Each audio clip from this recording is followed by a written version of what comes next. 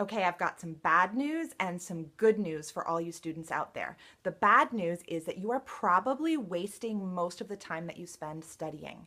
Total waste. The good news is there's a really easy way to fix this problem so that you're actually making better use of the time that you're spending reading and rereading all of your notes and your textbooks. And it's right here. I'm about to share it with you. It's called the anti-boring study cycle. It's a 3-step process. And if you learn nothing from me, I want you to have gotten these 3 steps down. I'm Gretchen Wegner, by the way, and I am the creator of the anti-boring approach to powerful studying. And boredom, this word right here, is the whole reason why the way we study is broken. And it's because most of the things that students do bore their brain, so information doesn't stick. However, these 3 scientifically proven steps will actually help you learn what you need to learn so that you never bore your brain again and you're actually acing all your tests.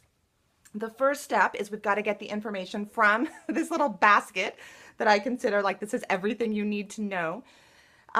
We've got to get it into our brain so we can store it in there, right? That's step number 1, and that's what you're doing when you're reading or listening to lectures. Those are the most common ways to encode the information in our brain. Most students stop there, and when they study, they just encode again and again and again and again. However, there's a second step, and that is what scientists call retrieval. That is the practice of quizzing yourself so that you actually test yourself to see what actually made it in here and what actually stayed stored. And they say that students are more likely to score way better on tests and remember information further in the future if they test themselves repeatedly. However, even that is not the last thing you should do, because when you test yourself, you get 2 pieces of information.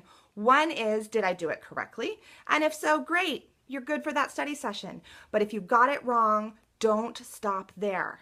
Instead, I want you to do the step number 3, which is to encode the information in a brand new way. Now, I have a whole system and an online class that I teach where I show you how to do each of these in a lot of detail. We don't spend a lot of time on the encoding process because that's usually what teachers are in charge of, but I do provide about 10 different quizzable study tools to help you practice the retrieval process in all kinds of different situations.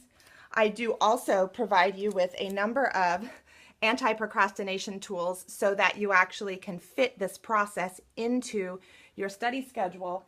And perhaps most importantly, I have a system that I call the Study Census that teaches you 20 or more ways to encode the information in a new way so you're not doing the same thing over and over and over again. If you want any more information about my anti-boring approach to powerful studying, there are links below. Check it out or go to gretchenwegner.com. Or just practice yourself over this next week. See if you can notice all the different ways you can practice retrieval, quiz yourself, encode the stuff you don't know in a new way, practice retrieval again, encode in a new way, and go on and on and on until you watch yourself scoring amazing grades on all your tests. Please let me know if you have any questions. You can always email me directly at gretchen@gretchenwegner.com. And if you never remember anything else that I've ever taught in any of my videos, please let this be the one thing. Take care, you guys. Bye-bye.